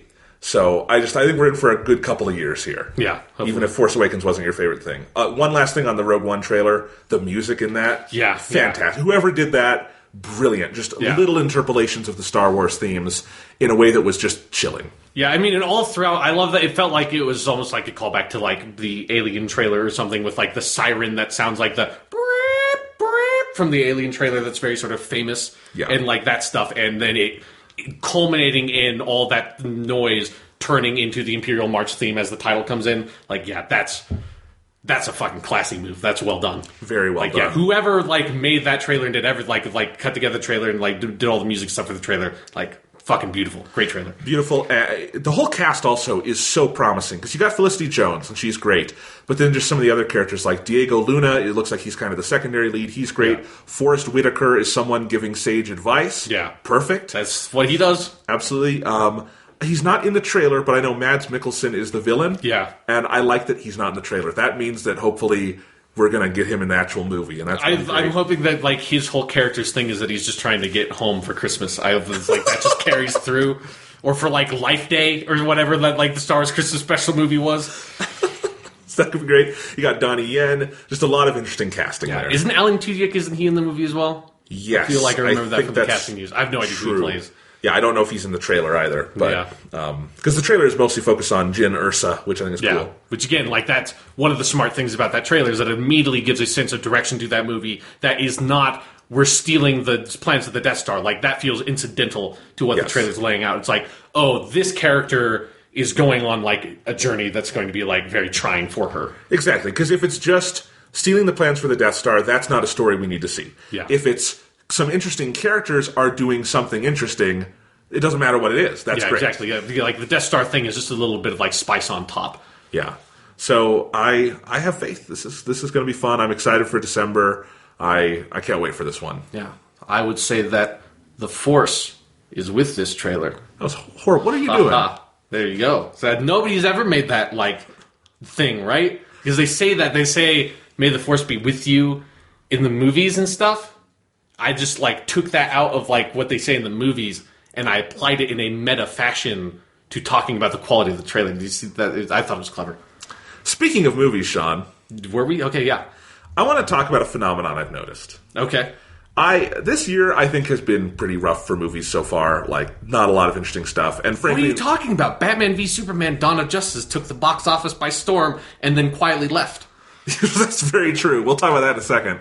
I really liked Zootopia. I've seen some other little things I've liked, but like in terms of major releases, not a lot I've been going to the theaters for.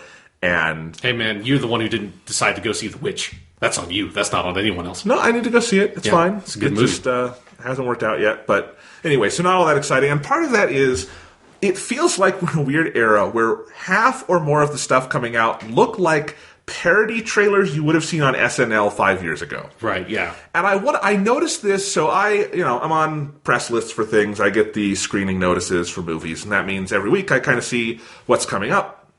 And I looked at the whole list of movies coming out in April, and I realized there are at least 5. I'm just going to focus on 5 in April, because I could go to May and June, and it could get even sillier. Yeah. Like if you get to Independence Day Resurgence. But the 5 for April I'm going to talk about. I totally forgot that they were making that Independence Day sequel until you just said that. I'm freaking out. I also don't know if I got the title right, but it's something with That's either the Independence Day movie or the Independence Day video game. It might as well be either. Yes. Independence Day, Jeff Goldblum returns. Yeah. Really, that's all they need to call it. Independence Day, Jeff Goldblum needed a check. And he fucking deserves it. Give that man some money. Absolutely. But I wish it were for better things sometimes. But yeah, definitely. That's okay. He does his big blockbusters, and then he gets a great cameo in a Wes Anderson movie every few years. That's all we need. Yeah, that's more than enough. So anyway, I want to focus on 5 movies coming out either this weekend or over the next few weeks that I look at them, and I don't believe they're real movies. Because I haven't seen them yet, and even if I did, I don't know if I'd believe it. Yeah. The first one came out this weekend as we're recording it, and it's The Boss with Melissa McCarthy. Have you seen anything for this? No, I haven't. Okay, I love Melissa McCarthy. Yeah. She's on one of my favorite shows ever, Gilmore Girls. Great there. She was in Bridesmaids. She's great in that. She's good in a lot of stuff. She's in Ghostbusters. She looks like she's going to be the best part of that. Could be fun. But she's been in a lot of bad movies recently, too. Which, to be fair, most great comedians are in bad movies. Yes, that is absolutely true. Bill Murray is maybe my favorite American actor ever. He was in Garfield. He's been in lots of other bad stuff. Hey, man, we already topped it out like a couple of weeks ago. We talked about Richard Pryor in Superman 3. Like, there is no greater comedian to shitty movie comparison you could possibly make than Richard Pryor in Superman 3. That is absolutely true. So this happens. I'm not trying to make fun of Melissa McCarthy, but like this one looks like the ultimate. Someone looked at every other Melissa McCarthy movie, looked at the worst tropes that they put her in, and then said, let's make the SNL parody trailer, and Melissa McCarthy's hosting this week, and she's going to do it with us. It's what it looks like. It's like just her costuming, her voice, like everything. It's like the loudest, most obnoxious, crazy version of the Melissa McCarthy persona, which is really funny to me because I know her from stuff where she's more quiet and human. Right. And it really, and she's probably one of the more boisterous characters on Gilmore Girls, which is a somewhat stylized show, but it's also a TV show about a small town. It's not crazy. Yeah. So it's like, I think the plot of The Boss is something crazy like, she runs a Fortune 500 company, she goes into bankruptcy, and she has to start selling Girl Scout cookies. What? And somehow poor Kristen Bell is roped into this as like her assistant. No. And like every still I've seen, every trailer I've seen, I think when I was at whatever movie I was at last, I don't even remember now. Like I saw a trailer and I was like, that's not real. Is that real? That's not real. So that's The Boss. And The Boss outgrossed Batman v Superman this weekend, which I love. How long has Batman v Superman been out? This is its third weekend. Oh my god, and it got beaten by a shitty Melissa McCarthy comedy movie. I mean, this movie got like 10% on Rotten Tomatoes, lower cinema score even than Batman v Superman, and people love Melissa McCarthy. It's tough to get people to hate one of her movies. Yeah. But no, people didn't like this. It's still outgrossed Batman v Superman this weekend. I just like the movie with Kristen Bell beat the movie with Ben Affleck. It's like that's a win for me. I like Kristen Bell a lot. Kristen Bell's great. Yeah. She's without her Assassin's Creed story, just is like completely. It really is. She was the glue that tied that game together, like that game's story together. And as soon as they killed her off, it was over. It was like. Kristen Bell is quietly taking over Hollywood. She's the star of Frozen. That's the biggest animated movie ever. I didn't know that. Yeah. Huh. Or one of the... I mean, there's 2 stars, I guess. Sure, but she's the more main character because the other sister isn't in it as much, I guess. But yeah. So anyway, Good for Kristen Bell and Melissa McCarthy. They're going to take home a good paycheck, but... Shame on you, Batman v Superman. You deserve it. I mean, the thing is, I think the difference in... We're working off the weekend estimates, and the difference between the movies is like $40,000, so it could change places. But the trend has been Batman has been adjusting down in actuals, and I would guess a Melissa McCarthy movie will adjust up. Because aren't they now like basically anticipating that Batman v Superman's not even going to break $1 billion? Yeah, there's no way. That's, man. It might not break 900 million. I mean, that's fucking dour. It's not obviously it's not a flop, but Warner took their three most famous characters, Batman, Superman, Wonder Woman. If you can't make $1 billion off that in this particular marketplace, that's bad. Yeah, because also, like, it had an insane opening weekend. Like, it made so much money, it broke, like, all these crazy records and shit. It's only the second movie with a weekend that high after Catching Fire, the second Hunger Games, to not break $1 billion. And then it hasn't had, as we were talking about right fucking now, it hasn't had any competition at all. It's like the third week out, and it's like its biggest competition is a Melissa McCarthy comedy movie called The Boss. Like... Which they probably put there as counter-programming, not expecting to be number one. Exactly. Like, that's fucking crazy how far that fell. Yeah. And it feels right to me. Like, normally we say we don't want movies to fail and stuff like that, but, like, that movie's so bad and so much is riding on it that, like, could, like, take so much stuff into a really bad direction. I'm super happy that that movie is failing this dramatically. Yes. Okay.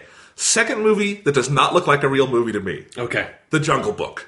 Yeah. Well, because it's not, I mean, it's not, at least it's not a live action movie, right? It's just an animated film as far as I can tell. And that's the thing, like, if you put it on mute, the visuals look kind of cool. Like, it almost looks like Terrence Malick does The Jungle Book with CGI. Yeah. Kind of impressionistic, and they're hyper-real characters.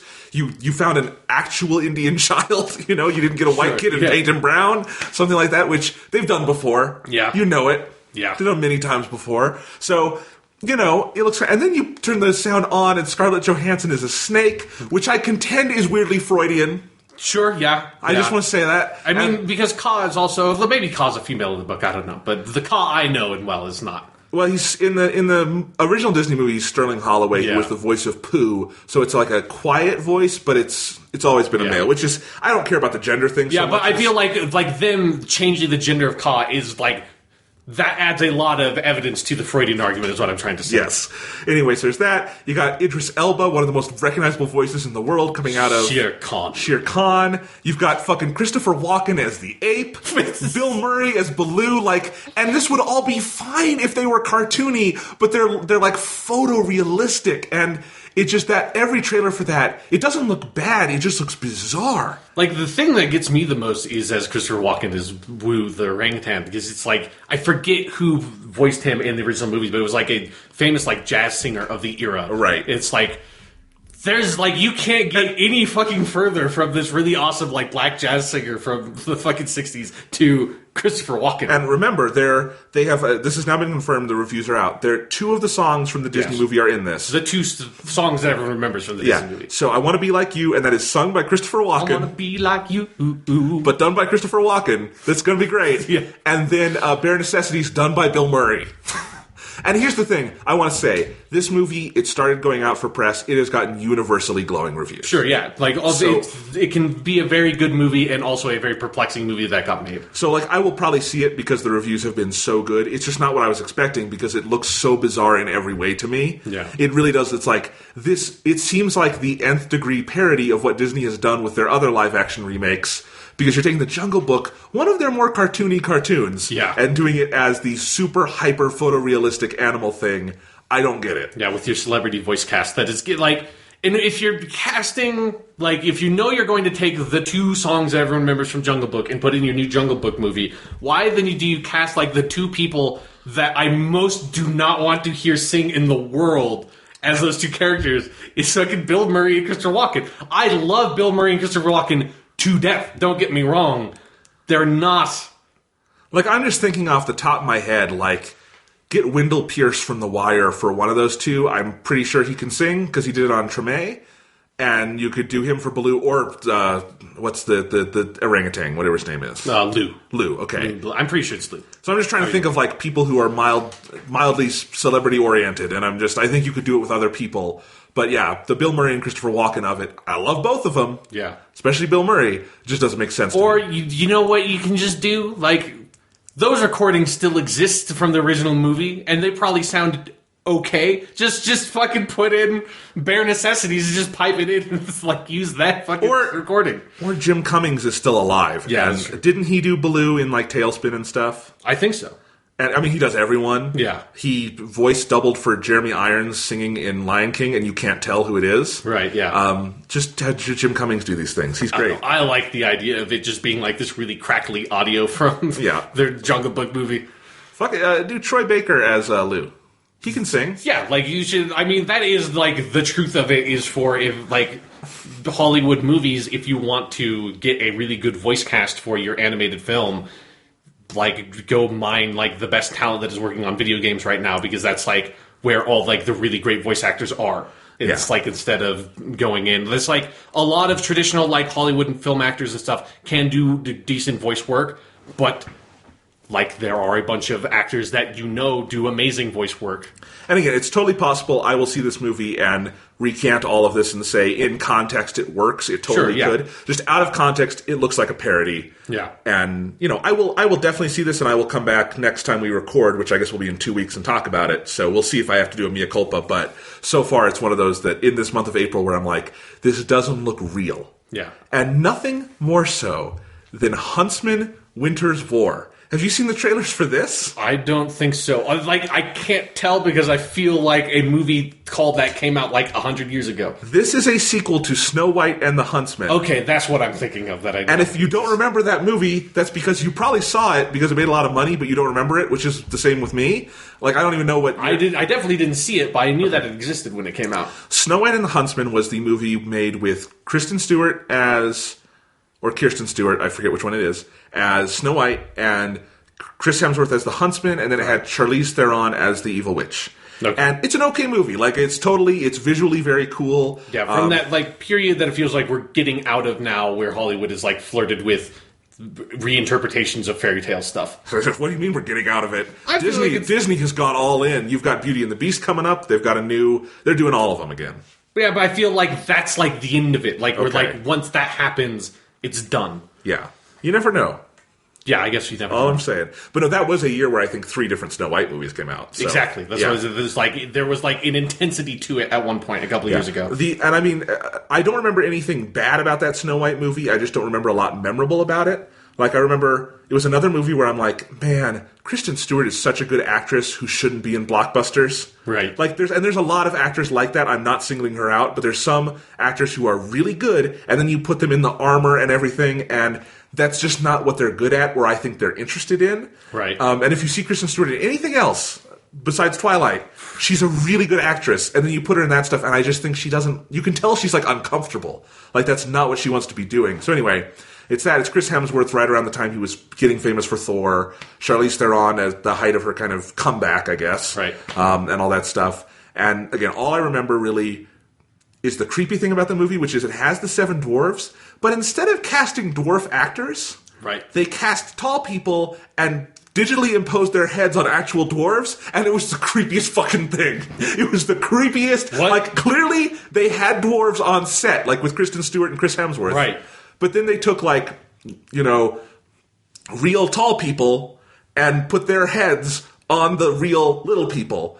And all you're thinking is that Peter Dinklage just won an Emmy for Game of Thrones. Exactly. Like, this is more offensive than ever before. Yeah, it's like, there's like, I feel like there's 2 different directions you could have gone with that. It's like cast actual dwarf actors like the great Peter Dinklage, or... Lord of the Rings was not that fucking long ago. And The Hobbit was the same time. It's like, it's not like it's some mystery how to shoot a movie to make, like, actors look like they're shorter than they are. And somehow, when you have, like, these clear, obvious 2 paths right in front of you, they decided to just, like, cut through the brush and go, like, hard right and be like, Fuck it. Like, let's just, like, CGI can just make everything work. Like, you can just do anything with CGI and make it convincing, Jonathan. So let's just hack together these insane Frankenstein monster characters where you take one actor's head, put it on another actor's body. Yeah, that's crazy. Yeah, and it gave me nightmares. It was fucking scary. That sounds great. I really want to watch this movie now. Because they were recognizable actors, too. I don't remember who was the lead dwarf, who was like Doc or whatever. Right. But, man, it creeped me the fuck out. Because you just... At least, like, with The Hobbit and The Lord of the Rings, they didn't, take, like, fucking Will Smith and make him a dwarf or something. Like, they took people who you hadn't really seen before, so when they're short, it's not a huge problem. Now that you've made that, I have to feel like I have to make the follow-up joke. I'm obligated to say, welcome to Middle-earth.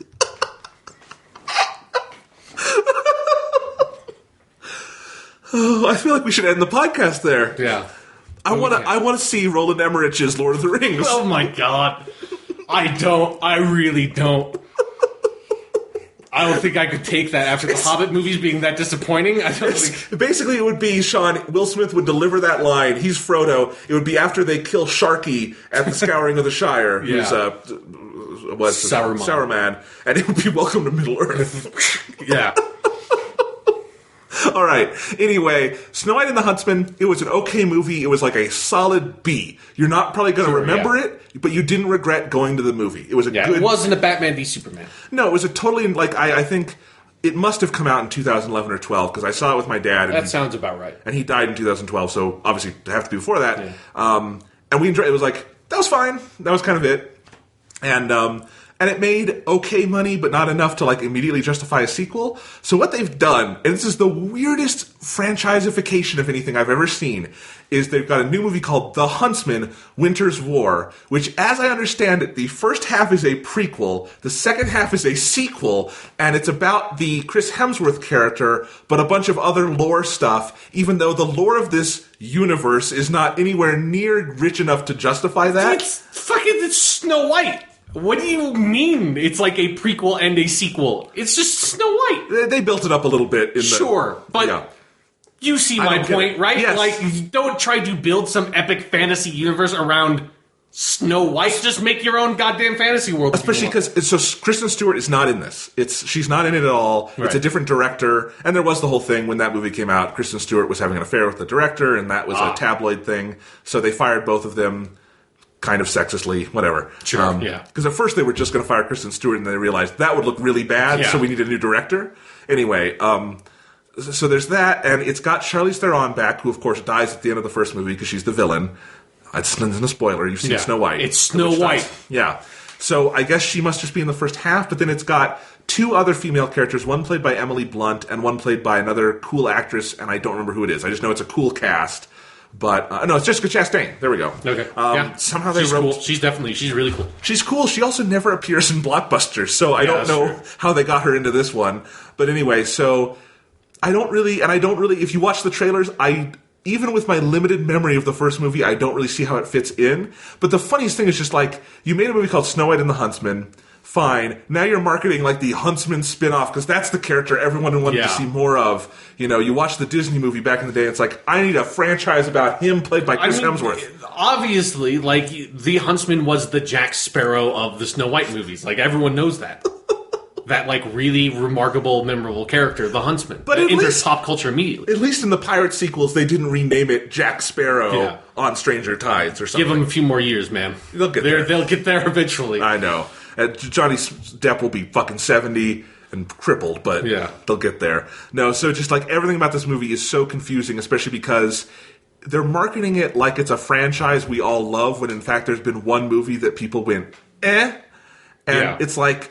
It's so bizarre. It really does seem like someone looked at these stupid things Hollywood does for sequels and made a parody trailer. Yeah. My favorite part about it is that, like, clearly the studio has no idea what they're doing, because we just talked about it a little bit earlier with the Star Wars trailer about, like, naming your film and, like, putting, like, franchise hooks and stuff into your movie. That's, like, so common in Hollywood practice because it makes a lot of sense. If you're going to, like, make a movie, you want in the title the, like, distinguishing thing, like Marvel's blah, blah, blah, blah, blah, blah, or Star Wars blah, blah, blah, blah. Like, the thing that people know about that movie is that it was that Snow White movie, not that it was that Huntsman movie that had Thor in it. Like, Nobody knows that. So why market your new movie around the Huntsman character? Even if it's like, I get Snow White's not in the movie, you can still call it like Snow White's the Huntsman. They call it the Bourne Legacy. The Bourne Legacy. Jason Bourne's not in it. Exactly. That's what I'm talking about. Like, even if it's a shitty movie and a shitty idea, you should at least have the savvy to say,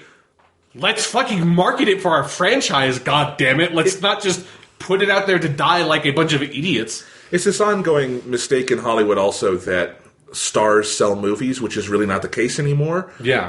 Like Chris Hemsworth is a star. People love him, but he on his own I don't think sells a movie. Most people don't. I think he traffics a lot heavier as being Thor than as Chris Hemsworth. That's what I'm saying. He's not Tom Hanks. Yeah, characters and franchises sell movies. The Huntsman is not a character anyone knows. Yeah. You know, it's why Tom Cruise still has great success in Mission Impossible, but Jack Reacher didn't break the bank. Right, yeah. And I haven't seen Jack Reacher. I heard it was a good movie. I have nothing against it. It kind of flopped, and that's because I think people like Tom Cruise, but we're also to a point where people like franchises and stuff. Like, you know, Jennifer Lawrence, obviously one of the most popular actresses in existence. Yeah. But I don't think she's the reason the recent X-Men movies have done well, and they've marketed the crap out of her being in them. Yeah. But I don't think that's really... And they've clearly even like written, like clearly knowing her popularity as an actress now. Yeah, if you compare her role in First Class to Days of Future Past, and Days of Future Past did better, but I think that was because of the overall marketing of it being an X-Men event rather than the Jennifer Lawrence movie. Yeah, and then if you're looking at the trailers for X-Men Apocalypse, like all of a sudden it seems like it is the like Professor X, Magneto, and Mystique movie all of a sudden. Which I'm pretty damn sure it isn't based on what we know of the plot. Yeah, but like there's like a couple of really prominent shots of her that's like, like where she's like bringing everyone together and like getting ready to like go out and fight. Yeah, so it's a strange time in Hollywood, and it creates, like I say, these trailers that seem like parodies. Speaking of which, Ratchet and Clank, the movie. Right. This is a real thing, Sean. It's actually coming out. I keep on forgetting because it's like they're making that game that's sort of a pseudo remake of the first one. Yeah. And they're also coming out with this movie, and I keep on forgetting that they're both happening. It's not one or the other. The bigger issue is I see trailers and stuff for them. I can't tell one apart from the other. Yeah. Like the animation in the movie looks no better than anything in a video game. So it's just like... It is like, and maybe it could be good. Ratchet and Clank is fun, but I don't know why you would make a movie out of it, of all video game properties. Yeah, that seems like it would be more fitting if you wanted to make like a TV show or something, like a cartoon that was Ratchet and Clank. Like, that seems like that could be pretty good. Yeah, that could be fun. So that one just seems, and nothing is as bad as those Angry Birds trailers. I don't know. Oh my god. We haven't talked about that on the fucking podcast, but... That is the most parody trailer, and that's not a parody trailer. Because it was the Rooster Teeth short that they made like years ago that got them like really popular because it had like millions of views on YouTube. Yeah, it's like that's how like old that fucking idea is. That's from like 2011 or something that they made. And the Rooster Teeth thing is legitimately a better trailer and idea for a movie than what they actually did. Yeah, instead it's obviously it has no connection to the game because how would it? It's just like. People recognize the Angry Birds like bird and the pigs, so we're going to put that in a movie, I guess. And there's something about like someone like peeing into a fountain. That's all I remember. It was the crassest of crass kids entertainment. Yeah. It's just awful. I do like that. I think we're getting to a point where kids entertainment, the cream is rising to the top and the crap is failing hard. We're out from the Smurf and Alvin the Chipmunks movie era. It's like, I mean, Zootopia is going to gross more than Batman v Superman, which is great because Zootopia is a great movie. So we can feel a little good about that. And there's no like live action component to the Angry Birds movie. You can at least say that they're smart enough not to fucking put Neil Patrick Harris in it as Neil Patrick Harris and not voicing a character. Right. So anyway, there's that. That's coming in May though, and then the last one is the new Gary Marshall movie that's called Mother's Day. And it's like, that's the ultimate of, because they've done the Valentine's Day and the New Year's Day and all this like series of basically anthology romance movies that look like the worst things ever made, where it's a bunch of stars get together and just hang out, going on vacation, and they film them, and it's just shit. But like doing one called Mother's Day, that feels like the fake trailer. Yeah. Where it's like, it really should be like a dude falling in love with his mother, and it's super creepy, but they present it as like a romantic comedy. And I don't think that's what this movie is, but this is also one that just, I look at it and I'm like, is that real? I legitimately want to know, is that a real movie? Or do I go to the theater, pay my $20, sit down with my popcorn, and it's just someone flips off the screen at the beginning of the movie and says, "Fooled you," and then it's just black screen for 2 hours. But like, I feel like there's one other movie that's not quite coming out yet, but it has this quality to me, is Finding Dory. That also feels and I feel like Pixar has been like on this train for a little bit, because Monsters University had the same feel to me of like, I can't tell if this is either a like parody, or B, like a 10-minute, like one of their 10-minute shorts that's at the beginning of another Pixar movie, or a special on their DVD. Like, it's, hey, like, let's see like what Sully and Mike were up to when they were in college, or hey, the Dory was a popular character and she's stupid, so what if she got lost? And it's the joke, because it's like Finding Nemo, but it's Finding Dory. And then all of a sudden they're like, no, let's just make those into full movies. Like, I know that's like, hey, Pixar's amazing. Like, then they like make these incredible like original IP movies that like have no connection to anything else. And then all of a sudden they just decided, no, fuck it. Like, let's just franchise everything we've got. It's Finding Dory really does fall into this to me too, because, and it's like The Jungle Book. I have every confidence it could be good. Like, if anyone can make a good movie, it's Pixar. Finding Dory could be great, but that title is so stupid. Yeah. And the initial marketing, they haven't really done a full trailer yet, but the teasers I've seen are awful. They are some of the worst marketing Pixar has ever put out. Yeah. And I agree with you on Monsters University. That's totally what it seemed like. And I know you think it's a good movie, because I haven't seen it. It's a really good movie. I think there's a scene in Monsters University. The last 20 minutes is some of the best 20 minutes Pixar has ever done, and I will go to the mat for it. It also has the funniest parody of college orientation I've ever seen. So, and I think in the middle it's kind of fine, but it's not amazing. So it's way better than it needed to be. And that's why I'm thinking Finding Dory could be the same thing. There aren't untalented people working at Pixar, you know? Exactly. But it does feel like, could you make it seem a little less crass than it actually is, guys? You know, like, again, calling it Finding Dory is where it sounds, it's the effect of like The Huntsman or something, where, I know Dory was the popular character, but that just sounds really pandering. Yeah. But, you know, like, hey, aren't you looking forward in like 4 years to their hit new movie Outside In? Where and I never saw Inside Out, so I know nothing about that movie other than it's about like the emotions of this little girl that like personified. So this might happen in Inside Out, but my idea for Outside In is that all the emotions get projected out into the real world, and now they have to solve some sort of like global mystery involving some sort of like company that's destroying trees. That's my. Like, so it's very brief. It's very like, I don't know, like, I'm not going into details, but that's my idea for how you franchise Inside Out. It's so funny because the Pixar effect is they make, as you say, these great original IP things, and they're so original that you really can't do effective sequels off them. Yeah. And so you get, Monsters University. Yeah. And you get Finding Dory, and you get Outside In, which I don't think will actually happen, but it could, Yeah. Inside Out made $1 billion fucking dollars. You could do it. And then there's like, the one to me also that people forget about, because technically Disney Toons made it, is Planes. The sequel to Cars. Yeah, right. Yeah. They made two of those. Wasn't it supposed to be direct to DVD, but didn't it actually get a theatrical release? God. Both of them. What world do we live in, Jonathan? That's crazy. Starring everyone's favorite children's comedian, Dane Cook. Dane Cook was the plane. So apparently, like, Cars movies are where really bad hack comedians go to die, right? Yes. Yeah, because what is Larry the Cable Guy, right? He's in the Cars movies, yeah. So, man. And we've got, again, on the horizon for Pixar, you have Finding Dory, Cars 3, Incredibles 2, Toy Story 4. I'm guessing at least 2 of those will be good. You can guess. You get Down. Can't forget that sequel. Up. Yeah. It's a lot less exciting because it's just a house that's on the ground. It's like there's no real quality of adventure to it. It's an old man who doesn't. No, it's a young man who doesn't go on an adventure. Yeah, he just sits in his house and plays video games. It's an avant-garde film. Yeah. It's a slow zoom in on his face as he eats Cheetos and plays a game. And it's all in black and white, and there's like some like French music or something playing. Yes, absolutely. Yeah, it's going to be great. What's the sequel to Ratatouille? That one's a lot harder to do. Mousapooey. I meant like maybe the plot. I don't know. Oh, like I didn't fucking see Ratatouille. It's about like a rat and a chef, and they make stuff, right? Yeah. So it's about a chef and a mouse, and they make... A chef goes into the mouse world and makes food? Yes, yeah, he gets shrunk down. And he has to learn to cope and live in rat society now. Yeah, that's what the sequel is. Okay. I like this game of have me come up with sequel plots to Pixar movies that I never fucking saw. It's great. All right, you should see Ratatouille. I think that's their best. Yeah, like I'm sure all these movies are good. Like I don't Yeah. not see them out of spite, just like not out of not opportunity. It just is funny. The further we go into the franchise-minded territory, the more it just seems like bad jokes. Yeah. And I mean, not everything I named here was a franchise, but 4 of them were. So yes, most of them were a franchise. And if you consider Melissa McCarthy to just be a brand at this point, Sure, yeah. they kind of all are. So it's really crazy to me just how at a certain point, and none of these, I don't know how much these are really going to do well. Like Jungle Book has really good reviews. That will probably do well. I think Huntsman is going to bomb hard. Oh God, yeah. I can't believe they're making that movie. No one's going to see that Ratchet and Clank movie. Yeah.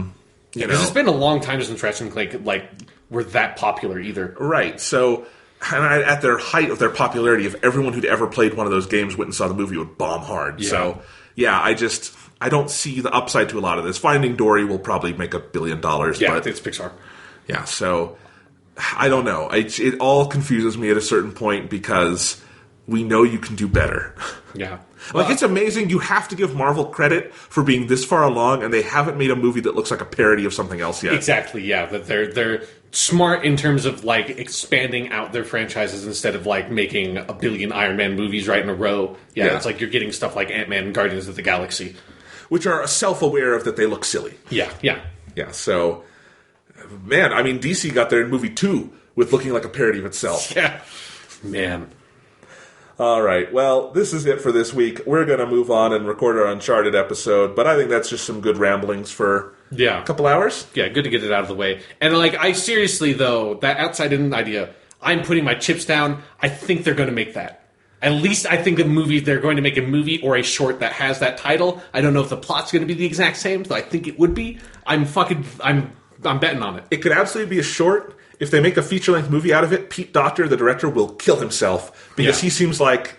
Is it Pete Docter doing that? Yeah, it's Pete Docter. He seems like the person at Pixar with maybe the most creative integrity. So he's the only one who hasn't... He's the only one of the originals who's never dipped into sequel territory, is all I'll say. So... Hey, Jonathan, there's a first time for everything, man. And that money tastes real, real sweet.